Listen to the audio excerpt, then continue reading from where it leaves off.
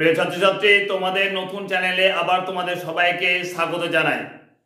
BA third semester English কম্পালসারির আজকে second part অবশ্যই তোমাদের সামনে নিয়ে এসেছি গুরুত্বপূর্ণ সাজেশন তোমাদের 2024 সালে থার্ড সেমিস্টার এক্সামের জন্য। কিন্তু তার আগে অবশ্যই আজকে যে বিষয়টা নিয়ে আলোচনা করতে চলেছি সেই বিষয়ের অবশ্যই সামান্য কিছু বিষয় অবশ্যই তোমাদের বলে রাখা প্রয়োজন। আজ আমি তোমাদের সঙ্গে আলোচনা করব অবশ্যই ল্যাঙ্গুয়েজ অ্যান্ড ইমোশন। তো ল্যাঙ্গুয়েজ আর ইমোশনের ক্ষেত্রে প্রথমে বলতে হয় যে what is language and emotion, এটা কি অ্যাকচুয়ালি। তো বলছে man is the imaginative and emotional being. মানুষ অবশ্যই এমন একটি প্রাণী যেটা ইমাজিনেটিভ করে, কল্পনা করে, এবং অবশ্যই ইমোশনাল বিং, তার ভাবাবেগ অবশ্যই রয়েছে। এবং তার সাথে বলছে language is the vehicle of his imagination and emotion.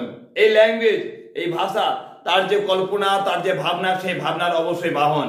সেই কল্পনা বা ভাবনার মাধ্যমে কিন্তু তার ভাষাটা কিন্তু অতিবাহিত হয় বা পরিবাহিত হয়। এই ল্যাঙ্গুয়েজ আর ইমোশন থেকে সবার আগে সাজেশন দেওয়ার আগে অবশ্যই তোমাদের বলে দিই, ল্যাঙ্গুয়েজ আর ইমোশন থেকে যে যে পার্টগুলো পড়তে হবে সেটাতে অবশ্যই হাইপারবোল পড়তে হবে, পার্সনিফিকেশন, প্যাথেটিক ফ্যালাসি, আইরনি এবং অবশ্যই আন্ডারস্টেটমেন্ট পড়তে হবে। তোমাদের এই প্রত্যেকটাই বাংলা আমি উক্তি লিখে দিয়েছি, দেখে নাও। হাইপারবোল মানে অতিশয়োক্তি অলংকার, পার্সনিফিকেশন মানে সমাসক্তি অলংকার রয়েছে, প্যাথেটিক ফ্যালাসি অর্থাৎ গুণ পরিবৃত্তি অলংকার রয়েছে, আইরনি মানে অবমূল্যায়ন, এবং আন্ডারস্টেটমেন্ট অর্থাৎ অপহন্তি অলংকার। এই যে পাঁচটা পার্ট রয়েছে, এই পাঁচটা পার্টের উপরে অবশ্যই তোমাদের এই যে চ্যাপ্টারটা রয়েছে এখানে অবশ্যই বিভিন্ন রকম উদাহরণ তুলে দেবে। সেই উদাহরণ তুলে দেওয়ার পর এটা কোন ধরনের বাক্যের, এই বাক্যটা কোন ধরনের উদাহরণ সেটা অবশ্যই তোমাদেরকে নির্দিষ্ট করতে হবে। তাই তোমাদের সামনে আমি তুলে ধরছি মোস্ট ইম্পর্টেন্ট অবশ্যই 22টা এমসিকিউ। সেই 22টা এমসিকিউ অবশ্যই রেখে রাখো এবং এগুলোকে প্র্যাকটিস করো। এই ধরনের আরো অন্যান্য বাক্য যেগুলো রয়েছে সেই বাক্যগুলোকে অবশ্যই তোমাদের সামনে তুলে ধরবো। তো তোমাদের সামনে দিয়ে দিই সবচেয়ে গুরুত্বপূর্ণ 22টা এমসিকিউ তোমাদের ল্যাঙ্গুয়েজ এন্ড ইমোশন থেকে। অবশ্যই এর আগের পার্টটা না দেখে থাকলে অবশ্যই চ্যানেলে লিংকে গিয়ে সেটা দেখে নেবে। তো চলো বেশি কথা না বাড়িয়ে শুরু করি আজকে গুরুত্বপূর্ণ সাজেশন। তো দেখো, তোমাদের ল্যাঙ্গুয়েজ এন্ড ইমোশন থেকে যে গুরুত্বপূর্ণ প্রশ্নগুলো করতে হবে সেই প্রশ্নগুলো অবশ্যই তোমাদের সামনে তুলে ধরছি এক এক করে। প্রথম প্রশ্ন রয়েছে what is the meaning of the word hyperbole. উত্তরগুলো তোমাদের অবশ্যই আমি দেখিয়ে দিচ্ছি, সেগুলো দেখে নেবে। 2 নম্বর প্রশ্ন I am so hungry I could eat a horse, choose the suitable figure of speech. Third question করবে what a piece of work is man, it is an instance of dash. উত্তর অবশ্যই এক্সক্লামেশন। 4 নম্বর প্রশ্ন রয়েছে the lonely lighthouse, it is an instance of dash. উত্তর personification বলে দিলাম এটাকে। তারপরে প্রশ্ন দেখো I am so tired I could sleep for a year, it is an example of dash। উত্তর করে একটা অবশ্যই হাইপারবোল। তারপর প্রশ্ন it is an open secret, choose the suitable figure of speech। উত্তর অবশ্যই অক্সিমোরন। পরের প্রশ্ন the whole sky beyond with furry, it is an example of dash। উত্তর অবশ্যই করে একবার প্যাথেটিক ফ্যালাসি। তারপর 8 নম্বরটা করবে a thirsty earth soaks up the rain, it is an example of dash। উত্তর অবশ্যই গুরুত্বপূর্ণ পার্সনিফিকেশন করে রাখবে অবশ্যই। তারপরে প্রশ্ন করে রাখবে the doctor is as kind hearted as the wolf। Doctor কি না উলফের মতো, বলছে অবশ্যই কাইন্ড হার্টেড, দয়ালু।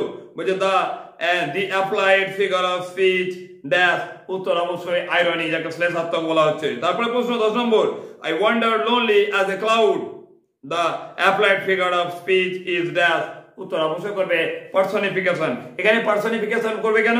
এখানে পার্সনিফিকেশন করবে এই জন্যই যেহেতু কি না এটা ক্লাউডের মতো, বলছে I wonder lonely as a cloud. আমায় কি না ক্লাউডের মতো একটা চরিত্র দেওয়া হচ্ছে, সেই জন্য মানে এখানে ক্লাউডটা অ্যাকচুয়ালি চরিত্র, তাই আমাকে ক্লাউডের সঙ্গে তুলনা করা হচ্ছে বলে এখানে অবশ্যই বলে এটা পার্সনিফিকেশন। 11 নম্বর প্রশ্ন a camel is the ship of the desert, it is an example of dash. উত্তর অবশ্যই মেটাফর। তারপর my love is like a red star, it is an instance of dash। উত্তর অবশ্যই simile। তারপর প্রশ্ন the woman is as heavy as an elephant, it is an example of dash। উত্তর অবশ্যই hyperbole। তারপর the sun blessed the victory of the hero, the applied figure of speech is dash। উত্তর অবশ্যই pathetic fallacy। তারপর করবে বলছে united we stand, divided we fall, it is an instance of dash। উত্তর অবশ্যই অ্যান্টিথেসিস। তারপর করবে অবশ্যই I came, I saw and I conquered. It is an instance of dash, উত্তর অবশ্যই climax। তারপরে প্রশ্ন I saw a man as tall as a power pole. It is an instance of dash, উত্তর অবশ্যই overstatement। তারপরে প্রশ্ন what is the meaning of the word antithesis? antithesis শব্দ অর্থ কি? বলছে a thing or a person বলতে পারি is direct opposite of something, একে বলা হবে অবশ্যই কিন্তু বলবো আমরা antithesis। তারপর he is no fool, the applied figure of speech is dash, উত্তর অবশ্যই litotes হবে।